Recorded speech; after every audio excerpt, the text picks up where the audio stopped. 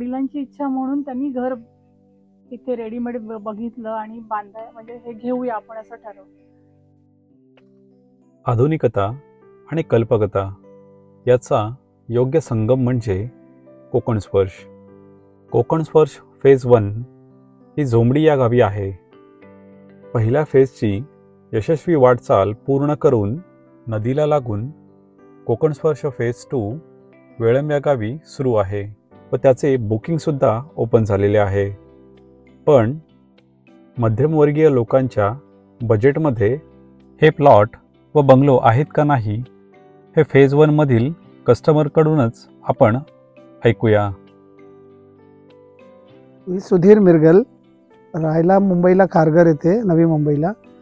आणि ॲक्च्युली असंच सर्च करत असताना नेटवरती मी मर्चंट नेव्हीमध्ये काम करतो, मरीन इंजिनियर आहे, चीफ इंजिनियर. आणखीन असंच एकदा नेटवरती सर्च करत मला ॲक्च्युली इंटरेस्ट होता इकडे कोकणात काहीतरी आपलं असावं म्हणून. सर्च करत असताना मला ते राकेश VR कोकण या यूट्यूब चॅनलवरती मला ती माहिती मिळाली.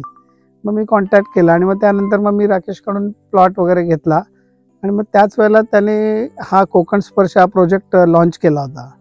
तर त्याचं मग मला जस्ट मी लॉन्च केला म्हणून पाहायला आलं तर मला ते कॉन्सेप्ट आवडला ॲक्च्युली. 40 वगैरे असे 40-41 प्लॉट होते, आणखीन त्याच्यामध्ये बंगलोचं आणि ते बंगलोचे पिक्चर वगैरे पाहून एकदम लुक्रेटिव्ह खूप आवडले मला. तर मग आम्ही विचार केला, चला मी माझ्या मिसेसबरोबर डिस्कशन केलं की आपण आपला एक असावा तसा बंगलो टाईप. मग आम्ही आलो आणि मग आम्ही ते डिस्कशन केलं आणि मग आम्ही एक प्लॉट घेतला. मी पूर्वी म्हणजे जन्मल्यापासून मी कधीच गावी आलो नव्हतो. म्हणजे जन्मलो त्याच्यानंतर डायरेक्ट मी म्हणजे जवळजवळ 12वी झाल्यानंतर मी गावाला आलो होतो. 12वी नंतर मग मी माझ्या बहिणीच्या लग्नासाठी आलो होतो. त्याच्यामुळे ते लग्न अटेंड केलं, परत गेलो. त्यानंतर मग मी परत आलो नाही. मग डायरेक्ट माझं लग्न झालं ते कुलदेवतेचा नमस्कार करायला आलो. ते पण म्हणजे जवळजवळ 1994 साली आलो. मग त्याच्यानंतर मग थोडंसं ना असं येणं जाणं आमचं व्हायला लागलं. मग मला ते थोडंसं असं जाणवायला लागलं की अरे इथे काहीतरी असावं, इतकी सुंदर एरिया आहे. कारण मी जर सगळं जग फिरतो, अख्खं जग फिरलं तरी पण म्हणजे मी स्वतः सिंगापूरचा परमनंट रेसिडेंट होतो, तरी पण मला ते आवडलं नाही. आणि मला इथे आता मी जेव्हा मी यायला लागलो तेव्हा म्हटलं अरे आपल्या इकडे एवढी सुंदर जागा असताना आपण का दुसरीकडे जायचं. आणि मुंबईमध्ये तर मेकॅनिकल लाईफ आहे. ती मुंबईची लाईफ तर अजिबात म्हणजे माणसाला स्वतःबद्दल काय विचार करायला वेळच देत नाही. फक्त या, काम करा, झोपा आणि परत कामाला जा. तर त्यामुळे इथे मी जेव्हा आलो आणि मला ते दिसलं हिरवगार, ते रस्ते छान, आजूबाजूला सगळं ते झरे वाहत आहेत, धबधबे दिसत आहेत, ते असं वाटलं की चला आपण काहीतरी करूया, आपली स्वतःची प्रॉपर्टी असू द्या. आमची वडिलोपार्जित प्रॉपर्टी तर काहीच नव्हती, एक छोटंसं जुनं घर होतं. त्याच्यामुळे आम्ही एक फ्लॅट घेतला होता चिपळूणमध्ये, पण तो पण शेवटी सिटीमध्येच पडला. मग म्हणून असा विचार केला की आपल्याला असं गावचं ठिकाण असलं पाहिजे, गावचं घर असलं पाहिजे, जेणेकरून आपली पुढची पिढी पण या गावाला यायला लागेल. पण प्लॉट घेतल्यानंतर मग त्याच्यात कसं घर बांधायचं, मग त्यांनीच आम्हाला आयडिया दिल्या की तुम्हाला काय, तुमची काय रिक्वायरमेंट आहे त्याप्रमाणे सांगा, मग त्याप्रमाणे आम्ही तुम्हाला ते डिझाईन करून देऊ. मग त्याप्रमाणे त्यांनी केलं. मग सगळं आम्ही भूमिपूजन वगैरे केलं. पण आम्हाला काही नाचायची गरज पडलीच नाही. म्हणजे फक्त सगळं काही मुंबईवरून तर फक्त आम्हाला सांगायचं की हे तुमचं एवढं झालं आहे, असं झालं आहे, त्याचे व्हिडिओज पाठवत. मग आपल्याला काय कधी मध्येच एखादा राऊंड मारून आपल्याला काय आवश्यकता असेल तर आपण सांगायचं. प्रत्येक आयटम सिलेक्ट करताना आम्हाला बोलवलं की बाबा तुम्ही चूज करा कुठले बाथरूम, सॅनिटरी आयटम्स, टाईल्स वगैरे वगैरे, डोअर्स वगैरे सगळं. तर त्याप्रमाणे केलं. आणि मग इवन आमचे ज्या ॲक्सेसरीज होत्या त्या पण आम्ही आणून दिल्या. त्यांनी लावून वगैरे व्यवस्थित दिल्या, सगळ्या त्या टेस्ट करून दिल्या. एकंदरीत म्हणजे त्या बंगलोचं काम कधी झालं आणि कधी संपलं आम्हाला कळलंच नाही. आणि ते मग त्यानंतर मग आम्ही पूजन वगैरे करून मग आम्ही राहायला आलो. आणि जेव्हा वापरायला लागलो तर काही कुठेही एक सिंगल असं पॉईंट दिसला नाही आम्हाला की आम्ही पॉईंट आऊट करावं आणि की बाबा इथे फॉल्ट आहे, इथे हे आहे, असं काहीच झालं नाही. सगळं एकदम अप टू डेट होतं. त्यानंतर मग ते फोटो वगैरे काढले, माझे सगळे नातेवाईक आले. त्यांनी इतकं म्हणजे ते सगळे इम्प्रेस झाले पाहून की बाबा हे काय. आणि ॲक्च्युली मी कोणालाच सांगितलं नव्हतं की असं काय आम्ही करतोय. ते एक सरप्राईज ठेवलं होतं आम्ही सगळ्यांसाठी. आणि जेव्हा त्यांनी बघितलं तेव्हा सगळे खुश झाले की अरे एकदम म्हणजे जसं काय स्वप्नातलं आहे तसंच झालं आहे. आणि मग आम्ही तिथे आता सगळं झाडं वगैरे लावल्यानंतर आता इतकं सुंदर वाटतं. त्याचा जो प्रोजेक्ट आहे त्याच्यामध्ये काही एरियाज वगैरे त्यांनी ठेवल्यात त्या पब्लिकसाठी, म्हणजे आय मीन इथल्या एरियातल्या आमच्या प्लॉटवाल्यांसाठी. त्या इतक्या म्हणजे सिस्टमॅटिक केलेत सगळं. पाण्याचा पुरवठा, पाण्याची क्वालिटी, त्यानंतर आतमध्ये ते फिल्टर्स वगैरे, वॉटर फिल्टर सगळे, ते बाथरूममध्ये हीटर वगैरे, या सगळ्या गोष्टी एकदम परफेक्ट बसल्या. आणि आता म्हणजे आम्ही इथे राहिलो जवळजवळ पहिल्यांदा 2-4 दिवस येऊन राहिलो, असे राहिलो. मस्त वाटतं एकदम, म्हणजे वातावरण सुंदर, निसर्गरम्य, हिरवगार. पावसाळ्यात तर काय बघायलाच नको. उन्हाळ्यात पण कधी असं गरम जाणवलं नाही. हवा अशी खेळती आहे एकदम. आणि बेसिकली त्या बंगल्याचं कन्स्ट्रक्शन इतकं सुंदर केलं आहे ना की मोकळी हवा, आणखीन त्यानंतर म्हणजे ऊन वगैरे एकदम परफेक्ट आहे सगळं. तर त्यामुळे असं म्हणजे वाटतच नाही आहे की आपण काही एका ठिकाणी असं राहिलो आहे. असं छान वाटतं एकदम. माझ्या मिसेसला तर खूप आवडलं. तिने सगळी झाडं वगैरे स्वतःच्या ह्याच्याप्रमाणे चॉईसप्रमाणे चूज केली. इवन त्यांना म्हणजे कोकण स्पर्शवाल्यांनी पण झाडांचा सगळा बंदोबस्त केला होता. तुम्हाला कुठली झाडं पाहिजेत तर ती लावू शकता, त्याप्रमाणे त्यांनी चूज करू शकतो आपण. आणि त्यांच्याकडनं ती झाडं त्यांना सांगून त्याप्रमाणे त्यांनी लावून त्यांची निगा पण राखली त्यांनी. पाणी वगैरे खूप 24 तास चांगलं आहे. छान सगळ्या सुखसोयी आहेत, लाईट वगैरे सगळं आहे. आणखीन आपल्याला पाहिजे तशा लाईट्स वगैरे लावून पण दिल्या आहेत. आता एकदम म्हणजे जस्ट आता येऊन राहण्याचा सुरुवात केलं आहे. आता येतात सगळे आमचे पार्टनर्स जवळजवळच्या आजूबाजूचे बंगलेवाले. माझी मिसेसला पण खूप आवडलं आणि ती त्याच्यात अजून खूप काही गोष्टी करायच्या आहेत तिला, तर ती सांगेल तुम्हाला काही ते. कोकण स्पर्श बद्दल सांगायचं झालं तर कोकण स्पर्श निसर्गाच्या कुशीत बसले, खूप सुंदर आहे.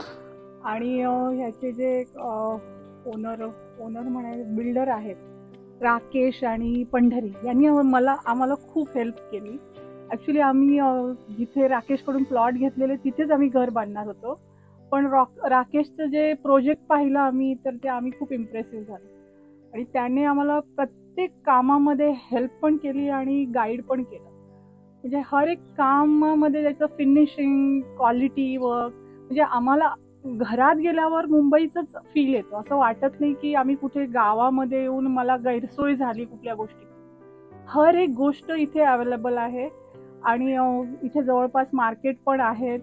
परत इथून गणपतीपुळे जवळ आहे, गोहागर जवळ आहे, गोहागर बीच जवळ आहे. तर इथे राहिल्यावर ना स्वास्थ्याच्या दृष्टीने पण मला चांगलं वाटलं. इथे आल्यावर मानसिक शांतता, एक वेगळाच अनुभव इथे मला मिळाला. थँक्यू राकेश, खूप आम्हाला हेल्प केली. वेळोवेळी आम्ही फोन करतो, तुला त्रास देतो, तू कधीही नाही म्हणत नाही आणि प्रत्येक गोष्टीत हेल्प करतोस, आम्हाला सगळं गाईड करत असतोस. Thank you so much. आणि आम्हाला हे खूप आवडलं. आणि चिऱ्याचं घर असं म्हणजे असावं असं आम्हाला वाटायचं की आमचं चिऱ्याचं घर असावं आणि तो फील यावा घरामध्ये आल्यावर इतकं प्रसन्न वाटतं ना की म्हणजे खरोखर मला तर खूप आवडलं. म्हणजे मी विचार पण नव्हता केला की मी गावी येऊन राहील. आता मला इकडेच यावंसं वाटतं सारखं. नेक्स्ट जनरेशन आहे थोडंसं त्यांचं आता म्हणजे पॉझिटिव्ह दिसायला लागलंय मला की ते पण येतील. आणि बघूया आता आम्ही आमच्या तऱ्हेने प्रयत्न करतोय की त्यांना पण आकर्षित करावं. तर जर आले तर चांगलंच आहे, म्हणजे येतीलच. माझी अशी म्हणजे एवढं सुंदर पाहिल्यानंतर कोणाला इच्छा नाही होत आहे. मी आता जस्ट असेच एक माझ्या मित्रांसाठी मी ते या घराचे फोटो FB वरती टाकले. जवळजवळ मला एका रात्रीतच 140 सगळे कॉमेंट्स पासून लाईक्स पासून आलेत सगळे. तर म्हणजे बघूनच मला असं बरं वाटलं. आणि सगळेजण म्हणतात अरे स्वप्नातला बंगलो अति सुंदर वगैरे असे कॉमेंट देतात ते माझे मित्र. अरे हमको आने को मिलेगा की नाही. ॲक्च्युली बाहेरनं पण मला सिंगापूरचे पण माझे फ्रेंड्स म्हणतात अरे ब्युटिफुल वगैरे वगैरे. त्यांना पण आवडलं, इतकं सुंदर झालं ते. तर त्यामुळे कोकण म्हणजे ते धर्तीवरचं स्वर्ग आहे.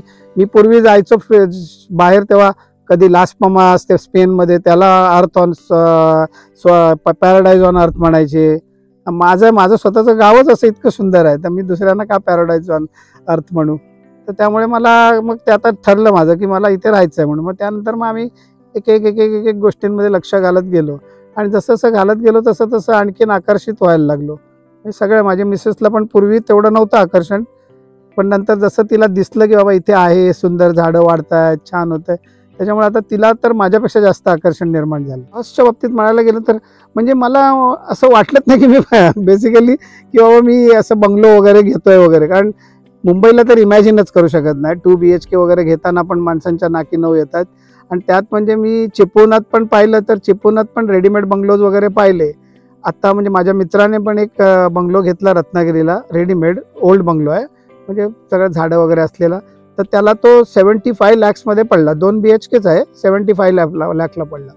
तर मग मी म्हटलं अरे मग मला तर सगळं अद्ययावत सगळ्या गोष्टींनी मला एकदम म्हणजे अगदी लेटेस्ट सॅनिटरी, लेटेस्ट टॉयलेट्स, सगळं अगदी किचनचं लेआउट एकदम लेटेस्ट.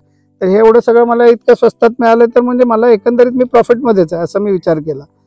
कारण एकंदरीत बघितलं तर कॉस्टच्या बाबतीत खूपच एकदम म्हणजे इकॉनॉमिकल पडलेलं आहे. आणि मला असं वाटतं की म्हणजे मला असं वाटलं होतं की आणखीन आता 2 प्लॉट घेतले असते बाजूची तरी परवडलं असतं. स्पेशली सगळ्यांना सांगेन आणि मला उलट आवडेल की माझे जे रिलेटेड आहेत, माझ्या फ्रेंड सर्कलमधले जे आहेत कोकणातले लोक, ते येऊन नेटिव्ह प्लेसमध्ये राहिलेले. कारण आम्ही ना ते जे मुंबईचं जे सगळ्यात जास्त प्रॉब्लेम होता आम्हाला पॉल्युशनचा, कारण 2.5 तास ट्रॅफिकमध्ये असतो आम्ही. त्यानंतर मग जरासं कुठे बाहेर पडलं तर रस्ता पॉल्युटेड आहे. बिल्डिंगमध्ये आपण काय डे अँड नाईट AC लावून ठेवतच नाही, त्याच्यामुळे आपल्या खिडक्या उघड्या असतात. आजूबाजूला सगळं कन्स्ट्रक्शन चाललं आहे, एवढं मरणाचं सगळं, त्याची धूळ वगैरे सगळी ती येतच असते. तर त्यामुळे ना मुंबईमध्ये सारखं काही ना काहीतरी आजार चाललेलेच आहेत. इव्हन इम्युन माणसं पण आजकाल आजारी पडत चालली. तर त्याच्यामुळे इथे आता म्हणजे एकंदरीत आम्ही राहतोय तर आम्हाला इतकं प्रसन्न वाटतंय ना, म्हणजे असं काही खोकला येत नाही आहे, काही सर्दी होत नाही आहे, छान वाटतंय. तर त्यामुळे मी तर स्पेशली सगळ्यांना रेकमेंड करेन. मी माझ्या म्हणजे नात्यातल्या लोकांना, म्हाताऱ्या वगैरे लोकांना पण येऊन इथे घेऊन राहायला यायची इच्छा आहे माझी त्यांना, की बाबा येऊन राहा आणि बघा कसं आहे म्हणून. तर त्यामुळे लोकांना कळेल तरी की बाबा काय आहे इथलं, हे सगळं रेडीमेड आपल्याला सगळं मिळालेलं सौंदर्य आहे. त्याच्यामुळे आय विल रेकमेंड एव्हरीबडी. इथे झोंबडीमधला जो कोकण स्पर्शचा फेज 1 आहे हा पूर्ण झाला आहे ऑलरेडी सगळे सोल्ड आउट आहेत. सगळे बंगल्यांचं काम चालू आहे इथे. त्याच्यामुळे आणि ऑलमोस्ट मला वाटतं किती 8-9 बंगले राहायला पण आलेले आहेत लोक म्हणजे. तर त्यामुळे इथे आता तर नाहीच आहे, पण त्यांचा कोकण स्पर्शचा पार्ट 2 वेळम इथे चालू झाला आहे. माझी इच्छा आहे की सगळ्यांनी जेवढे आहेत सगळ्यांनी जाऊन लवकरात लवकर तिथे पाहावं आणि बुक करावं. कारण यापेक्षा तेच याच्या गुहागरच्या खूपच जवळ आहे, म्हणजे आय मीन त्याच्यामुळे तिथून गुहागर तर काहीतरी मला वाटते बीच एकदमच जवळ झालं आहे. तर त्यामुळे तिथे पण जाऊन सगळ्यांनी बघावं, लवकरात लवकर घ्यावं. बघायला काय मला वाटते त्याचं वेबसाईटवरती त्याच्यावरती आहे, ऑनलाईन बघायला मिळतं यूट्यूबवरती साईट वगैरे सगळं. त्याच्यामुळे ते जास्त पाहायला आम्हाला पण कधी गरजच पडली नाही, कारण ॲक्च्युली एकदा बघितलं आणि त्यानंतर म्हटलं हा ही जागा आपल्यासाठीच बनली आहे. तर तसंच तुम्हाला पण सगळ्यांना वाटेल की बाबा जाऊन एकदा पाहिलं की हे इथेच राहायचं म्हणून. आणि आहे म्हणजे इकॉनॉमिकल आहे, सगळ्या गोष्टींनी सुखसोयीने एकदम अद्ययावत आहे. त्यामुळे काही हरकतच नाही. कसला विचार मनात न ठेवता आरामात बुक करू शकता. आणि मग तुम्हाला कळेल, तुमची मुलं पण सगळं, तुमची पुढची पिढी पण स्वतःहून राहायला येईल. म्हणजे आता आमच्या सुनेला तिला पण, ती आमच्या कुटुंबात आत्ताच नवीन आले, तिला पण खूप आवडलं. दुसरं आमची माझ्या भाच्याची बायको आहे, तिला पण आवडलं खूप, की असं काय एकदम सगळे माझ्या भावंडांच्या यांना कुटुंबाला पण आवडलं. म्हणजे एक सगळेजण आता पाहायला येत आहेत. इतकं म्हणजे ना आपल्याला म्हणजे तो, आणि आता दिवसेंदिवस ते भारतच जाणार आहे. कारण आपण आपल्या परीने आपल्या आवडीची झाडं लावणार, आपल्या परीने आपण आपल्याला पाहिजे तर पण आपल्या मनासारखं अगदी राहतोय. त्याच्यामुळे लवकरात लवकर बघा तिकडे आणि लवकरात लवकर जाऊन तिथे बुक करा. माझ्या मते एकदा पाहूनच घ्या त्या लिंकवरती, आणखीन बघा, तुम्हाला आवडेल. कोकण स्पर्श नंबर 2 वेळम येथे.